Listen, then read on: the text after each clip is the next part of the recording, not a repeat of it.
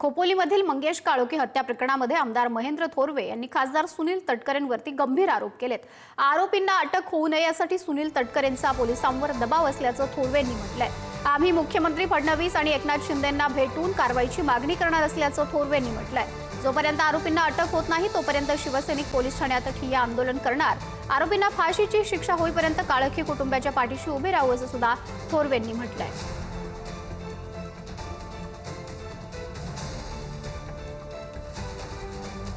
काल तर इन्व्हेस्टिगेशन पूर्ण न झाले असताना सुद्धा त्यांनी त्या ठिकाणी सांगितलं की या सुधाकर घारेचा कोणताही हात नसू शकणार असं त्या ठिकाणी सांगितलेलं आहे।